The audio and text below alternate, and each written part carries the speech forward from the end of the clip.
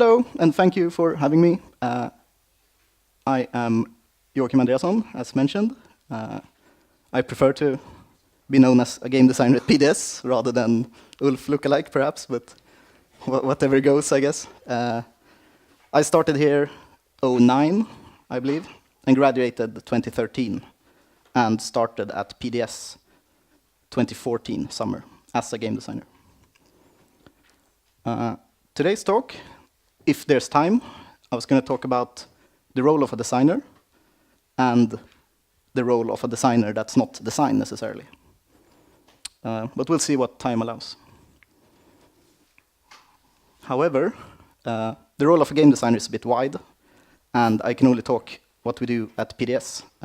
We don't have many narrative designers. We mainly have system mechanics design, and we mainly do large strategy games. So that naturally will apply to my talk. And every designer at PDS is not equal. We do very different things, all of us. So bear that in mind.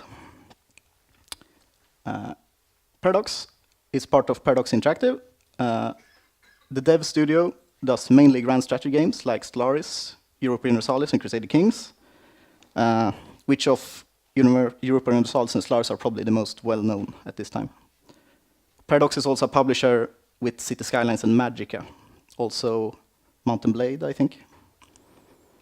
But I work at the studio end, so.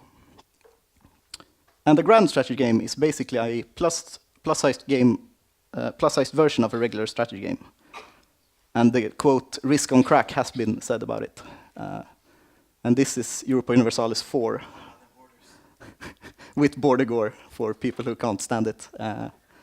So every nation is playable, there's a ton of actors, there's a ton of resources in the top left, as you can see, and all of this is in real time possible, so it all goes on at the same time. It's also full multiplayer, which often works. So it's very system and mechanics heavy, rather than it being very full of cool explosions and narrative sequences. And just a breakdown of a single game, I stole this from the wiki, is basically all of these are mechanics, mechanics, mechanics, mechanics, mechanics. So there's a fair amount of system design to do. My job is basically to try and make all of these go together in some sensible way.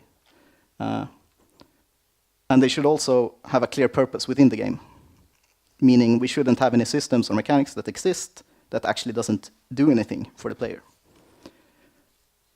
And on top of that, they should also be understandable to players, which also sometimes works, sometimes not. When going into a system at PDS, we have 4 main considerations.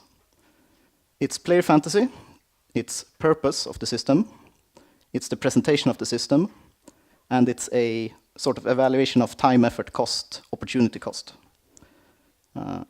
And this will be very different for all of your games and at all studios and all projects within PDS. So I was thinking I was going to do a breakdown of these 4 points and why we think they are important. And first off is player fantasy. And these are the questions we ask when we design a system or a feature.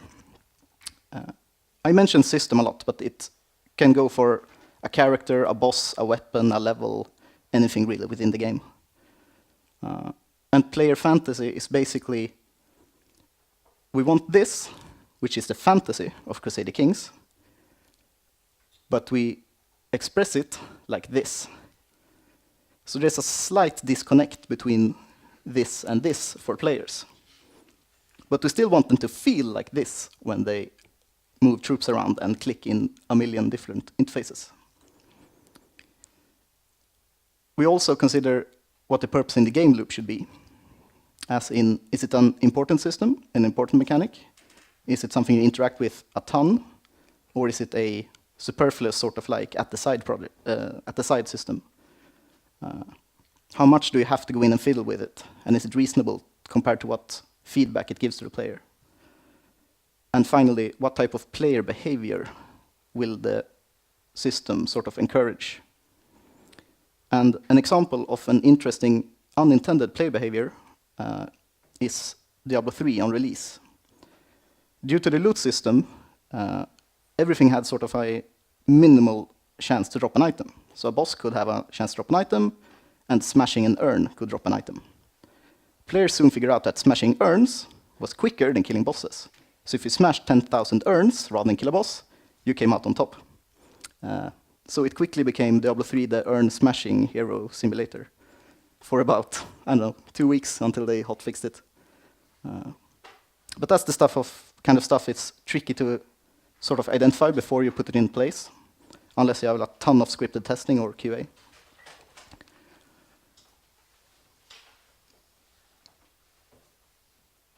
All right, and as an example of a system in place of a game loop is city production in Civilization, which is also a fairly known strategy game. One of their main mechanics is city production, where basically cities produce everything. It produces units, buildings, various wonders that improve the player's effectiveness, and so on. And we can fairly easily look at what input does the system take, and what output does it take. And by input, we mean what does it require for the player to interact with it. They have to spend a resource. It takes a time to construct a building. There's an optional resource, spend gold, to instantly finish it. And there's an opportunity cost. You only have so many cities which can build. All of this means that there is a limited amount of output that can come, from buildings to military units and so on. And much of Civilization's gameplay revolves around this fairly simple system. It's also interesting to note that Civilization's system has a positive feedback loop within itself, as in buildings produce production, and production can be used to build buildings. So there's a mathematical formula you can probably figure out, depending on various map setups, what's most useful. And that's part of the player experience. Presentation of a system or mechanic. It's basically UI for us, but it can be anything from animation, visuals, effect, sound, how the sprite or model is made, and so on. If you make an enemy, it needs to look like an enemy and not a cuddly rabbit, unless it's a cuddly rabbit. That's your enemy. And an example I like to use is basically StarCraft, the RTS game from Blizzard. You can usually tell by the unit from a single look what it does and what purpose it is. A tiny alien is quick and very easy to kill, while a huge alien is super lumbering and hard to kill. We think that's intuitive, but it doesn't have to be that way. We can flip the stats easily. In the same way, a Marine has a rifle, which means we assume it's a ranged unit, which it doesn't have to be. At PDS, this mainly comes down to interfaces, as said, and I think Ylva is sadly the one who has to suffer for all of this when we ask her to make impossible interfaces. Sometimes it ends up like this, which is not great. Hearts of Iron is our most hardcore strategy game about World War II and all the fun stuff that happened. And try to make sense of this if you can. You have 2 seconds.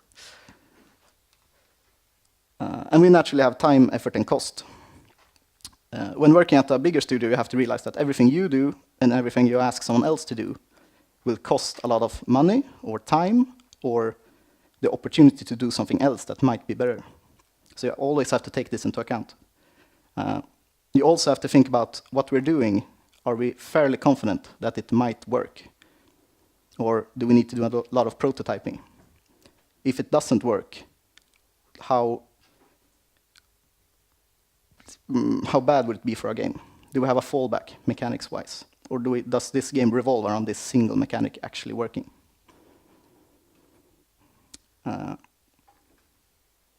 And we can use an example from the game I worked on for 2 years. It's Solaris, a space 4X game, grand strategy, where we were supposed to have a technology system.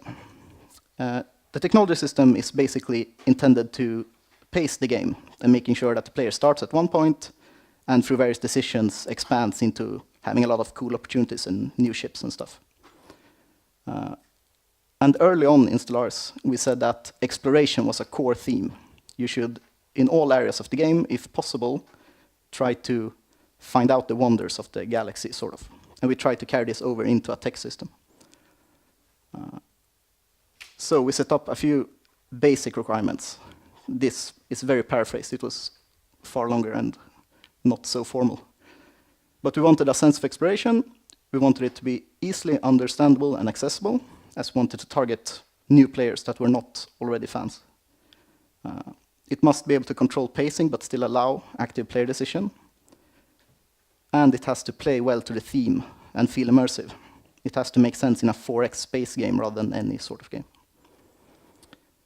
So based on this, our second iteration actually was basically this to begin with. We thought that, hey, we can group technologies in various tech groups and have the player unlock them for a cost.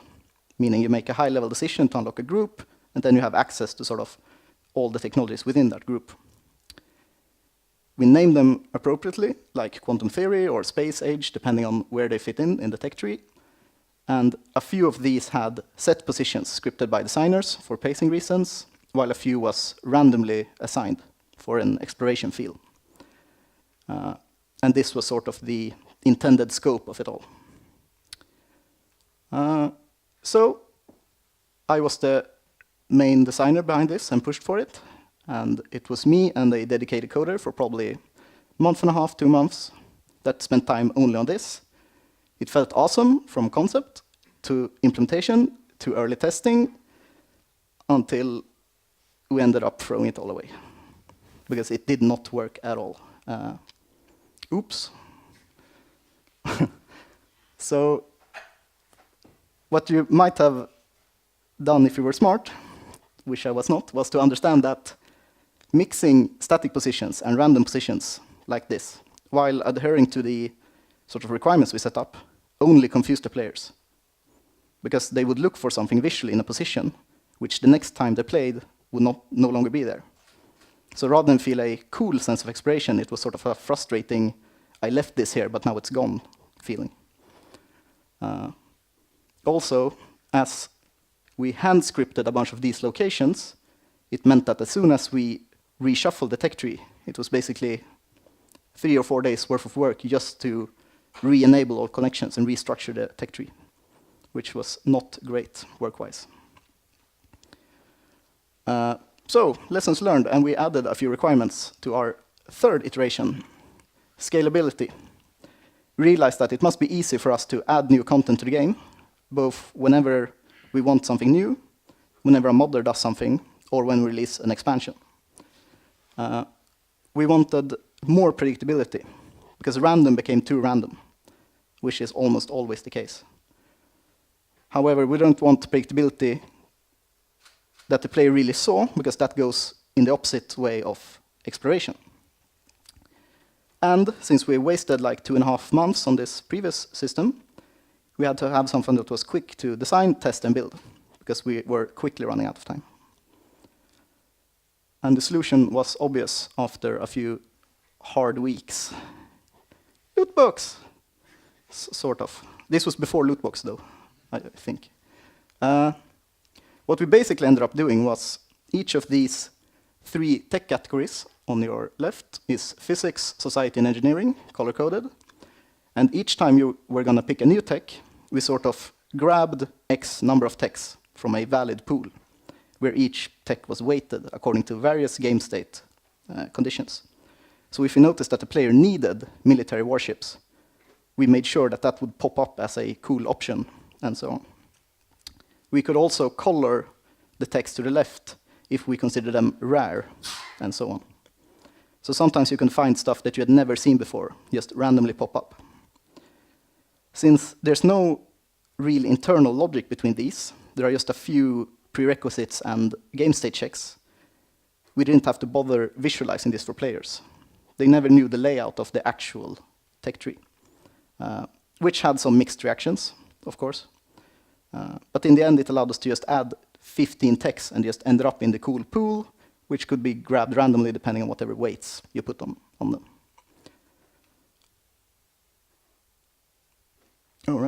this is what I said. Yeah, and the great benefit was basically just rigging the game for the player in their benefit without them necessarily knowing it. After having played 1,000 hours or so, people sort of figured the system out-ish. So they sort of started to perform certain behaviors that rigged the randomization in their way. But after 1,000 hours, I was sort of fine with that. Today's second topic, time. We do have plenty of time. The various tasks and areas that I might do as a designer on PDS that are not strictly in my role, but I end up doing anyway.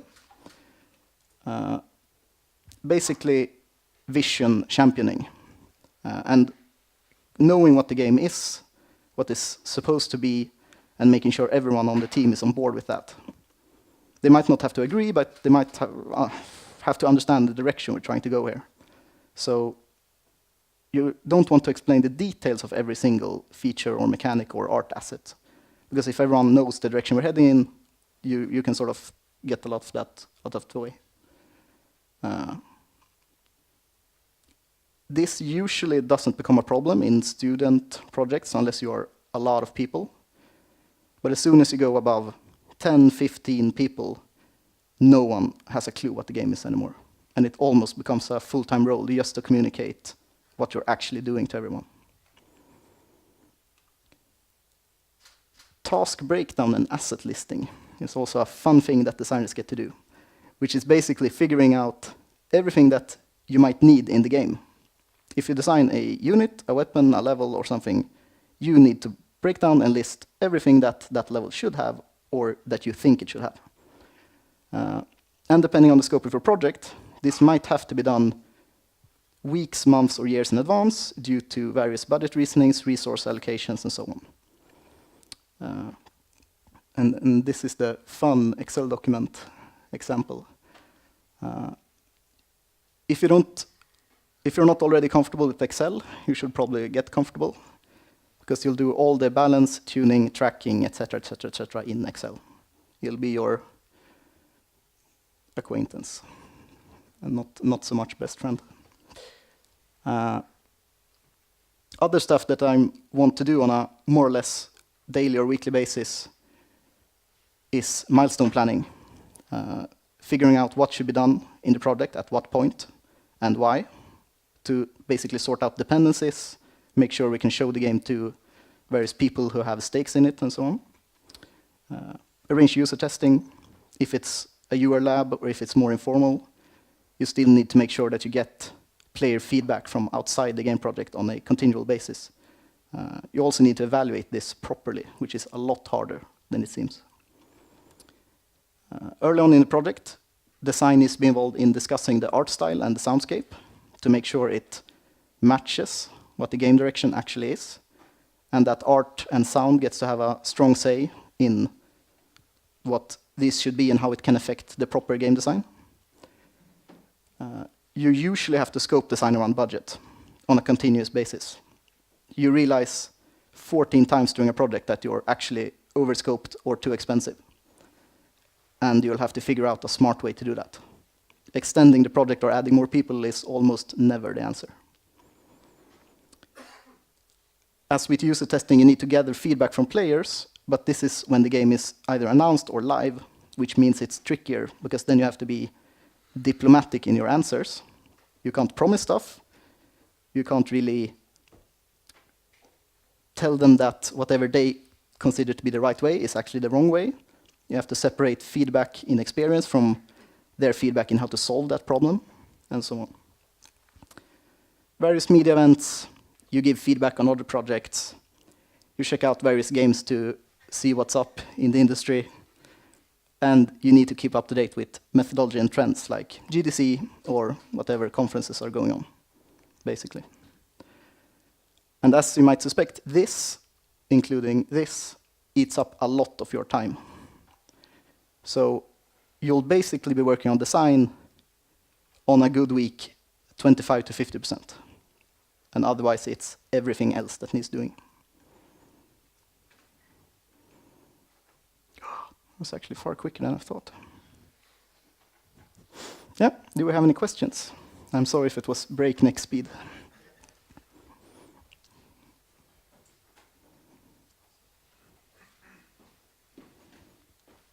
Please. Thank you very much for the insights here. There are definitely a lot of aspects that we have to take into consideration when we do our own projects, especially when it comes to rescoping and not extending the project, since, well, our deadlines are not really movable.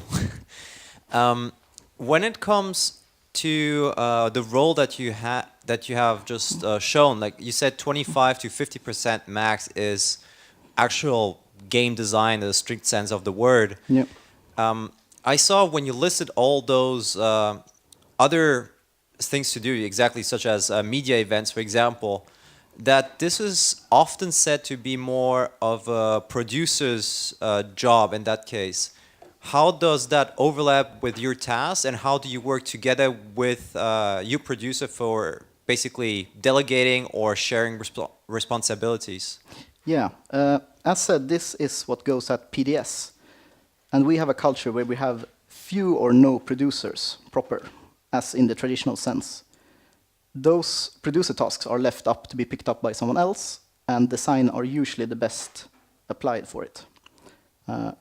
If you had producers, I think they would do much of the heavy lifting on this, but design would still have to have plenty of feedback in everything. So it would not eliminate any of these. Scope, design around budget, art style, user testing, all of this is not producer work necessarily, unless they have great design instinct or good communication as well. But it will vary greatly from studio to studio. We run fairly small teams, between 7 and 15, depending on the state of the project. So having a dedicated producer or two doesn't really happen for us.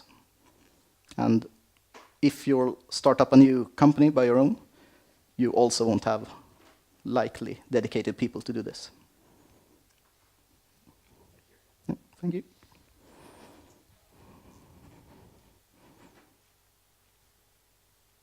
All right, I think that's everyone. Cool, thank you.